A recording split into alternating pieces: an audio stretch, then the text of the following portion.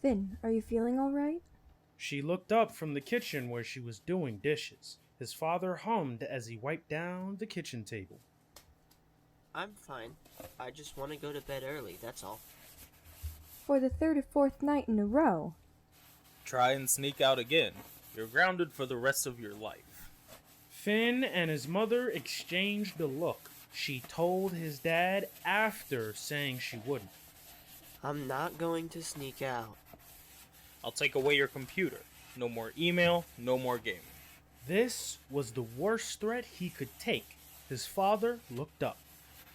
There was a break-in at the welding shop the other night. A bunch of gear was stolen. Same night. The police... This is reported a bunch of handcuffs missing from the storage room. This was all over the news. You and your friends go sneaking around at night, and you'll be blamed for things like that. You understand? Whether you had anything to do with them or not, you end up at the wrong place at the wrong time, and you're gonna look bad. Very bad. Wouldn't the police have security cameras, Dad? Finn didn't really want to answer to this, but he had to know. Wayne had mentioned the break-in. I don't have any idea. I'm just worried for you. Finn, not whatever was stolen. Are you listening to what I'm saying? Is your homework done? His mother changed the subject. She knew when to rescue him. All done. Seriously, I'm just tired. Can we maybe talk about this in the morning? The digital clock that was part of the stove read 7:45. Finn needed to be in bed and asleep by 8 if he was going to meet the others. Finn dressed warmly and climbed into the bed, boots and all. He pulled the sheet and blanket up high in case his mother looked in on him. She might wake him if she saw him wearing street clothes. He had no idea what might happen to his DHI if he were rudely awakened from sleep, but he didn't want to find out. He lay there in bed, 7:55. He didn't feel particularly sleepy. If he didn't cross over, then someone else would have to lead the group. This thought made him more anxious and less sleepy. 8:04. He felt his chances slipping away. How would he find them if he arrived late? The Magic Kingdom was huge. This led to him wondering how they all arrived in the same general area. Wayne hadn't explained nearly enough of this. The front door chime sounded. It was an odd time of night for visitors. Their next door neighbors always used the back door.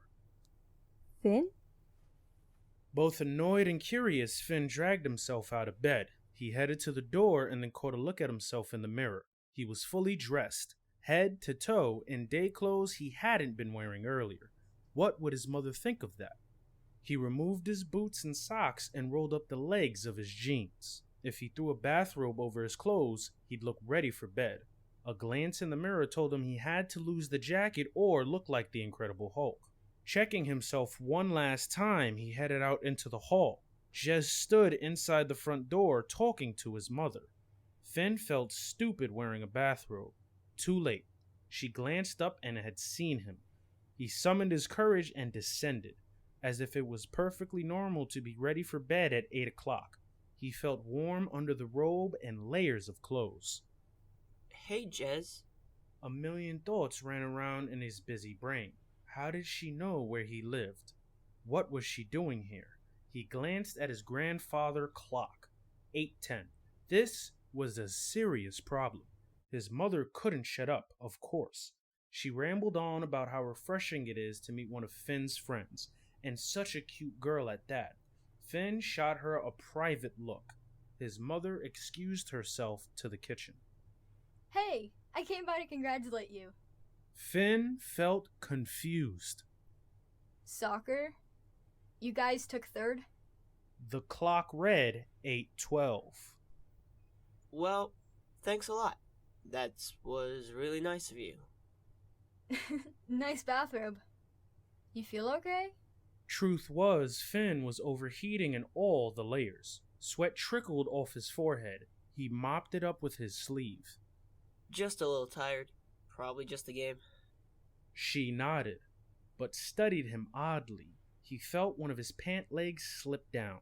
He bent over and stuffed it back up. Without offering an explanation, the doorbell rang. Mrs. Whitman charged out of the kitchen. Finn tried to stop her with a glance, but it was no good. Finn stepped up and opened the door. Amanda, his mother, lost the battle to keep a smile off her face, heading back into the kitchen. I'll get cookies. Hey, Finn. She introduced herself to Jess. I'm Amanda. Jess. Yeah, I know. Amanda gave Jess that same penetrating look she'd given her at the sports complex. Jess just looked back at her and smiled. What kind do you like? Finn's mother called from the kitchen doorway. The two girls followed Mrs. Whitman. Oh, what kind do you have? Finn felt outnumbered. He was boiling hot and boiling mad for having his plans interrupted. By the time he reached the kitchen, all three of them were jabbering away about how quickly cookies went stale in the Florida weather. Something about Girl Scouts. Jazz mentioned the car wash. The clock read 8:15. I'm beat. The two girls glanced over. The conversation interrupted. His mother gave him a, "Oh no, you didn't" face. I mean, I don't feel so hot. Actually, I do feel hot. Like a fever or something. But you said you felt fine. He swiped his damp forehead with the sleeve of the bathrobe. Hot. Did you need something, Amanda? No, I was just in the neighborhood. Thought I'd stop by. In the neighborhood? Finn didn't think so. She lived several blocks away. Well, will I see you at the car wash? Absolutely. Amanda said, as if Jazz had intended this for her. Finn started for the stairs.